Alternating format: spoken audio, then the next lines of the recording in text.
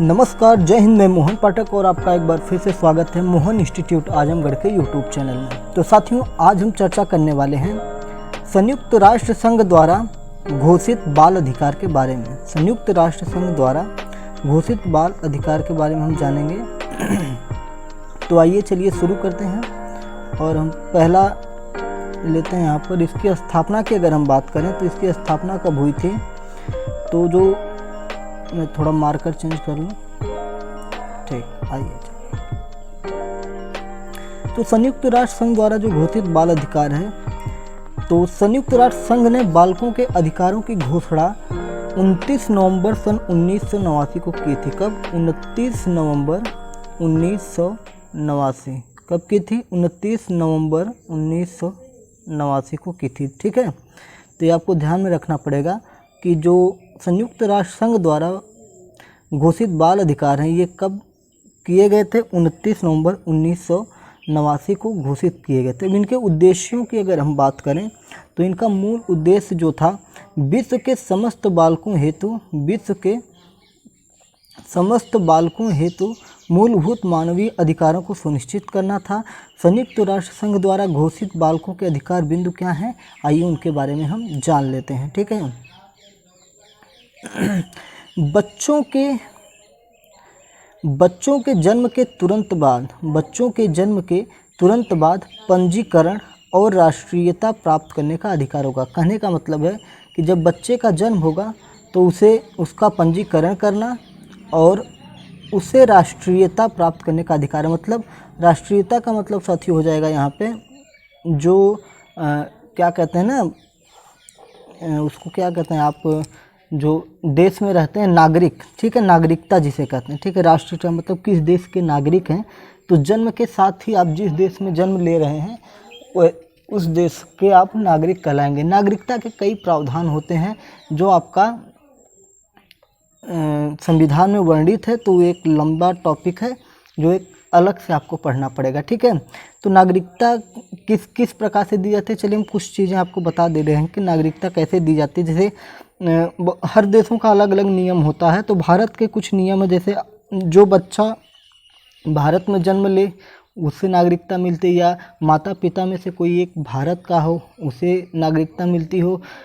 मतलब ये 15 अगस्त 1947 के बाद की मैं बात बता रहा हूँ, और उससे पहले के भी कुछ नियम है जो वो भी माने जाते हैं। तो ये सारी चीज़ें होती हैं। और पंजीकरण का मतलब होता है कि जब कोई बालक जन्म लेता है तो उसका पंजीकरण करवाना अनिवार्य होता है, जिससे कि ये पता चल जाता है कि बच्चे का जन्म हुआ था। जैसे आप लोग जानते ही होंगे कि जब बच्चे का जन्म किसी अस्पताल वगैरह में होता है तो एक आपको कागज़ मिलता है जिस पर लिखा होता है कि इतने समय पे इतने बजे इस जगह पर जन्म हुआ है। तो वो फिर उसके बाद उसी आधार पर आपका ब्लॉक वगैरह में जो होते हैं ANM वगैरह, वो लोग वहाँ पे पंजीकरण करवाती हैं।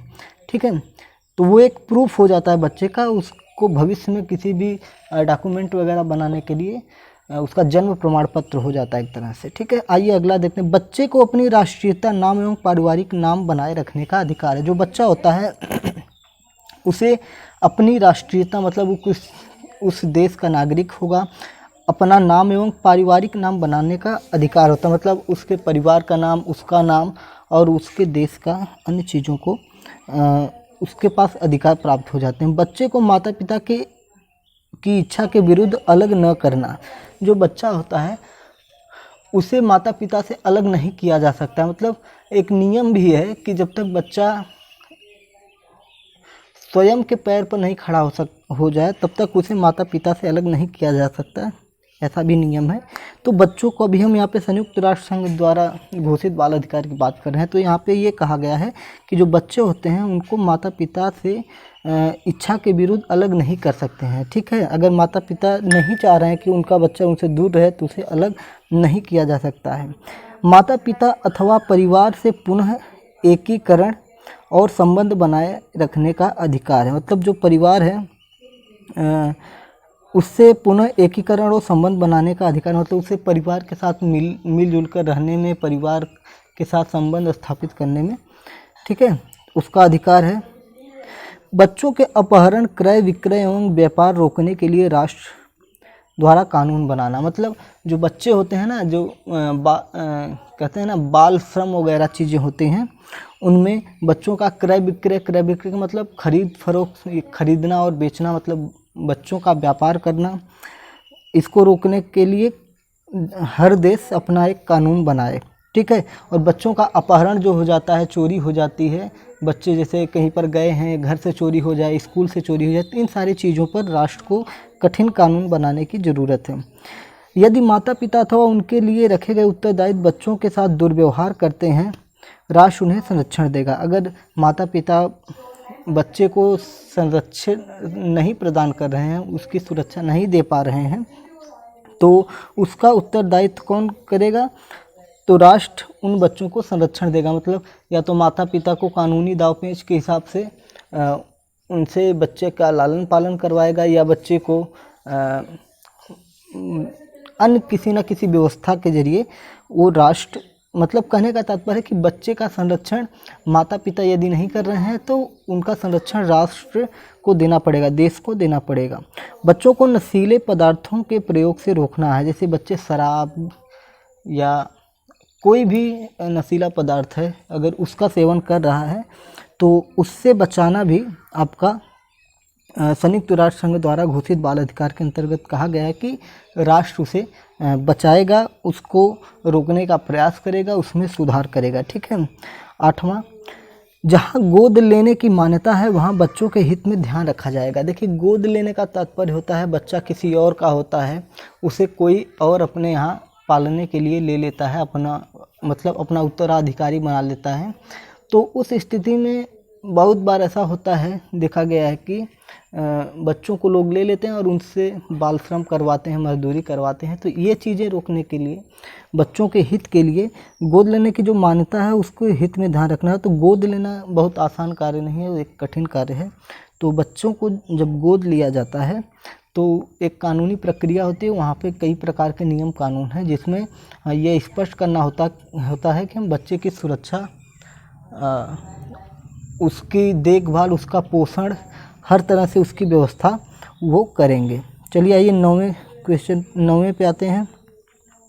शरणार्थी बच्चों को संरक्षण प्रदान करना। जो शरणार्थी का मतलब होता है कि किसी दूसरे देश से आकर दूसरे देश में बस जाना। अगर हम भारत में बात करें, शरणार्थी की बात करें, तो जैसे भारत में उसके पड़ोसी देशों से भागकर जो प्रताड़ित लोग हैं भारत में चले आते हैं, तो उसे शरणार्थी कहते हैं।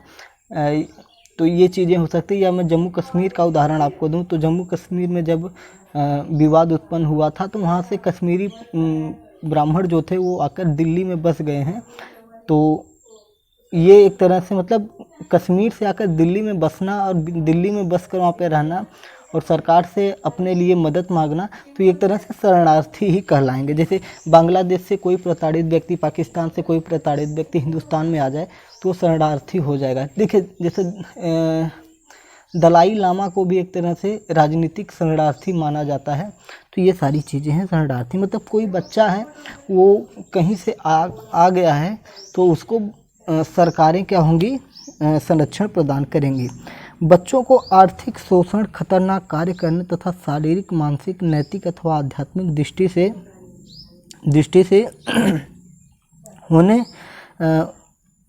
से हानि होने से बचाना है। मतलब बच्चों को आर्थिक शोषण, मतलब आर्थिक का मतलब हो जाएगा कि रुपए पैसे से शोषित करना। खतरनाक कार्य करना मतलब कोई जोखिम भरा कार्य करवाना, उनके शारीरिक मतलब उनके द्वारा किसी प्रकार का जोखिम कार्य करवाना। मानसिक, नैतिक अथवा आध्यात्मिक दृष्टि से उन्हें किसी भी प्रकार से अगर आप हानि पहुंचा रहे हैं, तो इन सारी चीज़ों से क्या है, सरकार को बचाना है। इन सारी चीज़ों से क्या है, सरकार को बचाना है। अब जब सबसे महत्वपूर्ण चीज़ यहाँ पे है लैंगिक शोषण से बचाना। मतलब बच्चों का लैंगिक शोषण नहीं होने देना है। मतलब उनके साथ किसी भी प्रकार का बलात्कार जैसी घटनाओं को अंजाम नहीं होने देना है। ये सारी चीज़ें हैं। लैंगिक शोषण का मतलब होता है लिंग जो होता है, इससे तात्पर्य होता है, ठीक है। तो इससे भी सरकार को बचाने का प्रयास करना है और बचाना ये सरकार का कार्य है, ये जो आपका ठीक है। अगले क्वेश्चन अगले पे आते हैं। 12वां है ये आपका, सशस्त्र संघर्ष या युद्ध में 15 वर्ष से कम आयु के बच्चों को भाग लेने तथा सेना में भर्ती होने पर निषेध किया गया है। मतलब बच्चा जब तक बालिग नहीं होगा तब तक उसे सेना में भाग लेने से रोका जाएगा। जैसे आप ध्यान दिए होंगे तो जो फॉर्म वगैरह भरे जाते हैं गवर्नमेंट जॉब के लिए, तो आप देखेंगे तो मिनिमम 18 वर्ष से भारत में लगाया जाता है। कुछ और वैकेंसियाँ होती हैं जिसमें उसमें भी हाई स्कूल लेवल पे किया जाता है तो 15 वर्ष 16 वर्ष ले लिया जाता है, लेकिन ऐसा ना के बराबर है। भारत में बाल अपराध जो है आपका 18 वर्ष तक माना जाता है। मतलब 18 वर्ष से कम का बच्चा है तो वो नाबालिग है और वो बाल अपराध की श्रेणी में आ जाता है। तो 18 वर्ष से ऊपर वाले ही फॉर्म भर पाते हैं।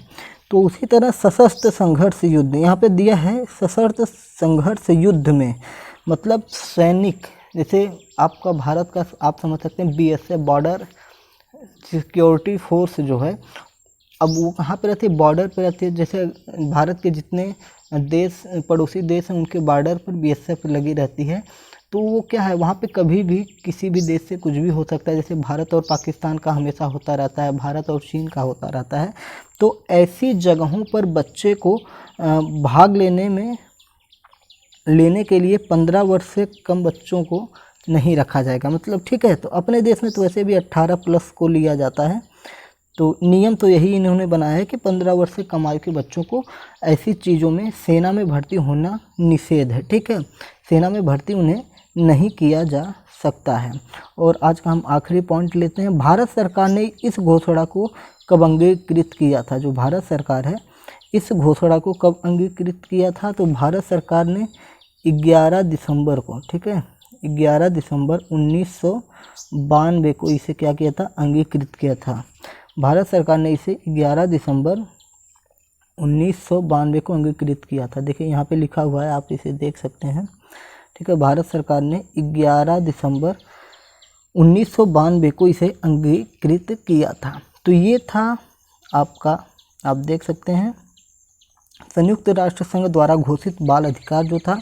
इसमें महत्वपूर्ण क्वेश्चन क्या क्या बनेंगे, इसकी घोषणा कब की गई थी, 20 नवंबर 1989 की गई थी। और ठीक इसी के, ठीक है 89, 90, 91, 92, ठीक है 3 वर्षों में 11 दिसंबर 1992 को भारत सरकार ने इसे क्या किया था, अंगीकृत कर दिया था। तो ये रहा आपका संयुक्त राष्ट्र द्वारा घोषित बाल अधिकार। उम्मीद है कि आपको पूरा का पूरा ये समझ में आ गया होगा टॉपिक। तो चलिए फिर मिलते हैं किसी और टॉपिक को लेकर, तब तक के लिए जय हिंद, नमस्कार। अगर आप चैनल पर नए हैं तो चैनल को सब्सक्राइब ज़रूर करिए और वीडियो को लाइक कमेंट करिए, और ज़रूरत के हिसाब से हम और भी इसमें व्यवस्थाएं करते जाएंगे, चैनल की गुणवत्ता को बदलते रहेंगे। ठीक है, जय हिंद, नमस्कार।